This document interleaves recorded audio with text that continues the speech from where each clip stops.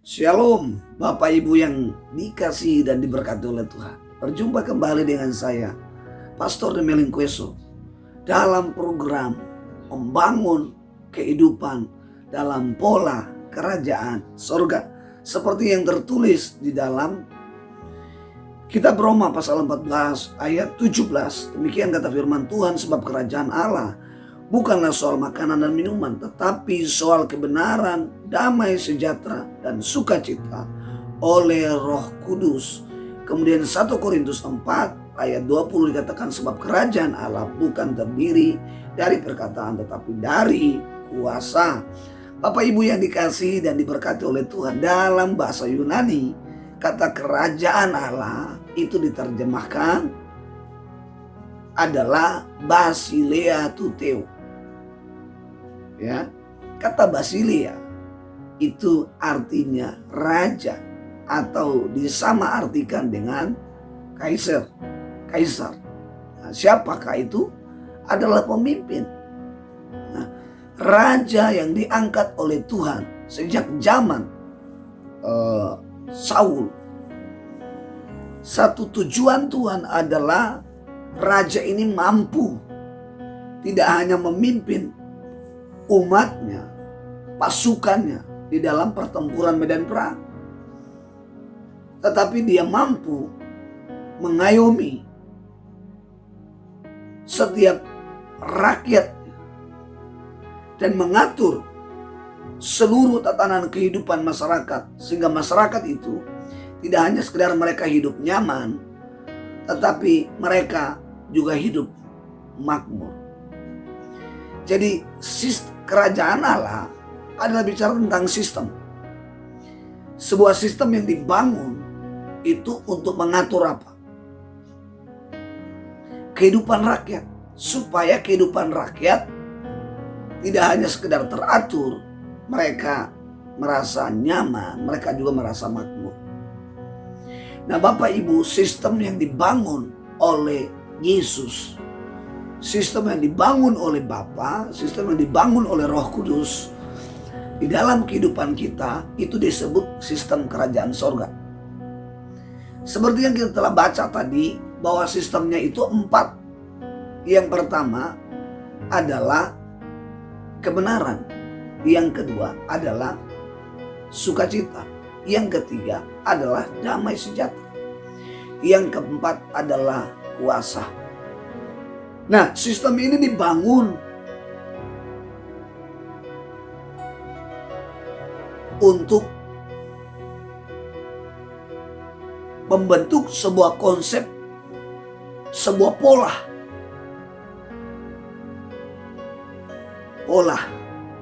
Apa itu pola? Sama sistem. Apa itu pola? Sama cara kerja. Seseorang kalau masuk di satu perusahaan, dia harus memahami dulu sistem di perusahaan itu. Sistemnya apa? Kalau orang nggak pahami, dia hanya bekerja, wah, bertahun-tahun dia nggak akan nyambung. Demikian juga kita orang Kristen. Kalau kita cuma hanya Kristen, tapi kita nggak paham nih, pola Kristen itu seperti apa, sistem kehidupan Kristen itu seperti apa. Makanya saudara, semua raja yang dipilih itu gagal. Bahkan raja-raja yang diangkat, mereka tidak berhasil mencapai tujuan yang Allah maksud untuk mengangkat seorang raja itu. Nah, hari ini Yesus datang kepada kita.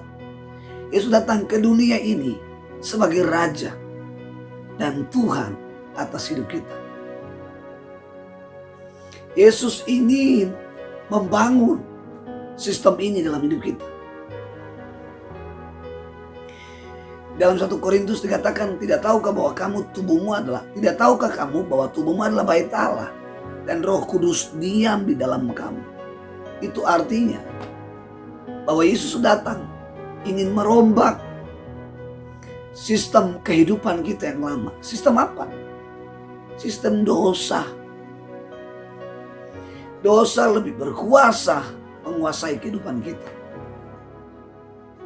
Kalau 4 sistem tadi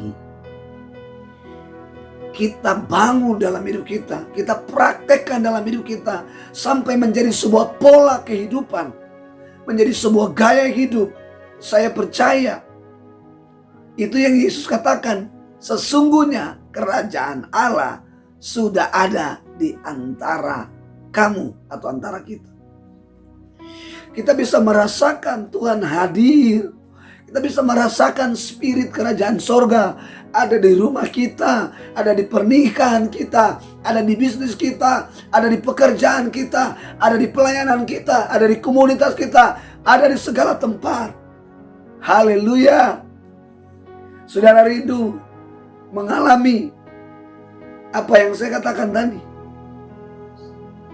Berapa banyak saudara hari ini berkata, Tuhan berkata, saya mau, saya rindu. Ajakan saya hari ini, ubah sistem dalam hidup. Caranya gimana pendeta? Saya nggak tahu.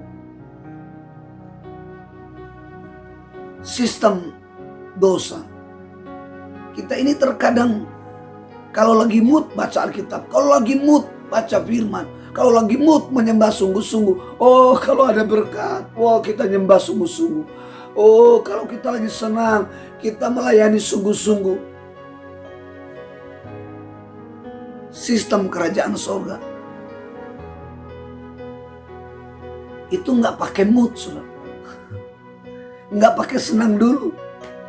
Dalam segala keadaan apapun, sistem kerajaan sorga itu sudah dibangun, sudah dipraktekkan, sudah menjadi sebuah pola kehidupan. Maka apapun keadaan, apapun tekananmu, apapun persoalanmu, tidak akan menghambat kita untuk menyembah Tuhan. Tidak akan menghalangi kita bersekutu dengan kebenaran apapun. Katakan amin. Haleluya. Saudara tahu, karena yang menuntun kita, yang duduk di tahta hati kita, bukanlah presiden, bukan bupati, bukan wali kota, bukan gubernur, tapi raja di atas segala raja, raja segala bangsa. Haleluya. Buka hatimu dan jadikan hatimu menjadi tahtanya, untuk dia duduk, untuk dia memerintah selama-lamanya. Haleluya. Saudara-saudaraku yang dikasihi dan diberkati oleh Tuhan, salah satu contoh tentang sistem kerajaan sorga yang menjadi sebuah pola kehidupan, yaitu 12 murid Tuhan Yesus.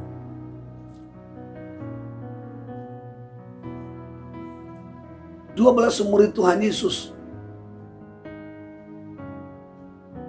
Mereka berdoa gak disuruh-suruh Tuhan Yesus. Petrus, kamu belum saat teduh ya? Enggak ada. Secara otomatis mereka membangun sebuah hubungan yang karib dengan Bapa di surga. Memberitakan Injil. Enggak ada tuh Tuhan Yesus bikin program. Oh, besok kita akan menginjil di jalan. Tapi saudara-saudaraku, mereka menggunakan setiap momen, setiap kesempatan untuk memberitakan Injil. Kabar baik. Waktu sore-sore jam 3, Yohanes, Petrus, ya, 3 saudara ini datang berdoa di bait Tuhan, di bait Allah. Tiba-tiba ada orang ngomong, apakah mereka sudah program dari rumah? Sebelum kita ibadah, Yohanes, kita mau doain ini orang lumpuh ini berjalan. Enggak ada. Itulah sistem kerajaan surga. Enggak harus pakai program. Kenapa? Yang menyertai, yang menuntun kita adalah apa? Roh Kudus. Karena itu Yohanes 14 dikatakan apa? Roh Kudus diberikan untuk kita. Roh Kudus berdiam di dalam hidup kita untuk menuntun, dan menyertai kita di dalam kebenaran. Itu artinya orang yang menghidupi, orang yang membangun kehidupan di dalam pola kerajaan surga, terkonsep, terpola di dalam kehidupannya menjadi sebuah gaya hidup, maka dia tidak pernah merasa berkurang tentang kebenaran. Karena itu Bapak Ibu yang dikasihi dan diberkati oleh Tuhan, saya akan menutup kebenaran ini seperti Yusuf. Cerita Yusuf, Bapak Ibu pasti tahu. Kenapa Yusuf dibuang, dijual oleh saudaranya, kemudian digoda oleh Potifar, difitnah kepada Potifar, dimasukkan ke dalam penjara. Kenapa Yusuf gak jatuh-jatuh? Nah, saudara, saya mau beritahu rahasianya. Karena Yusuf menghidupi yang namanya pola kerajaan surga. Gak ada itu dia takut-takut sama majikannya. Dia gak takut sama majikan. Nah, bagaimana supaya pola kerajaan surga ini atau sistem kerajaan surga ini menjadi sebuah pola kehidupan kita, terpola di dalam hidup kita? Mari buka firman Tuhan yang terambil di dalam kitab Matius pasal 18 ayat 18 sampai 19 dan 20. Dikatakan demikian firman Tuhan.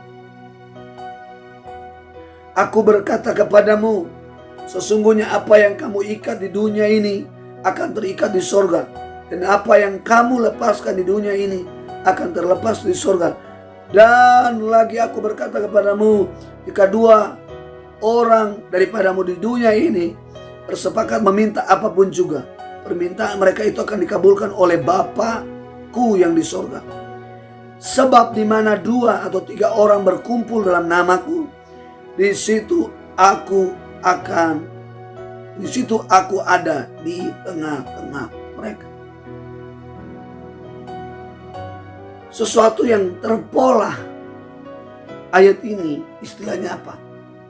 Sampai mengikat hidup kita. Apa yang harus kita lepas? Pola kehidupanmu yang lama, pola kehidupan duniawi, pola kehidupan daging, pola kehidupan iblis, itu harus dibuang. Apa yang kau ikat hari ini di bumi dikatakan terikat di sorga. Apa yang kau lepaskan hari ini di bumi ini terlepas di sorga. Saudara-saudaraku yang dikasihi dan diberkati oleh Tuhan, ini waktunya tinggalkan hari ini. Ambil keputusan, ambil komitmen, tinggalkan kehidupan, pola kehidupanmu yang lama itu. Kalau saudara bangun, itu terikat menjadi sebuah pola, menjadi sebuah gaya hidup. Apapun doamu hari ini, Tuhan dengar dan kabulkan. Dan percaya, Tuhan pasti hadir dalam kehidupanmu, dalam keluargamu, rumah tanggamu, pendidikanmu, bisnismu. Artinya Dia Allah Immanuel. Haleluya. Apapun yang saudara kerjakan, apapun yang saudara sedang lakukan, Dia menyertai dan membuatnya berhasil. Katakan amin. Haleluya, haleluya. Oh, haleluya. Saya mengajak hari ini, mari rombak pola kehidupanmu yang lama dan praktekkan, bangun dan praktekkan kehidupan daripada pola kerajaan surga. Sistem daripada kerajaan surga. Kerajaan surga. Percaya, sesuatu pasti akan terjadi dalam hidupmu. Oh, ledakan api Tuhan akan terjadi dalam keluarga, kehidupan pribadimu. Ini yang dapat saya sampaikan pagi hari ini. Tuhan Yesus memberkati. Berjumpa kembali di lain waktu. Haleluya. Shalom.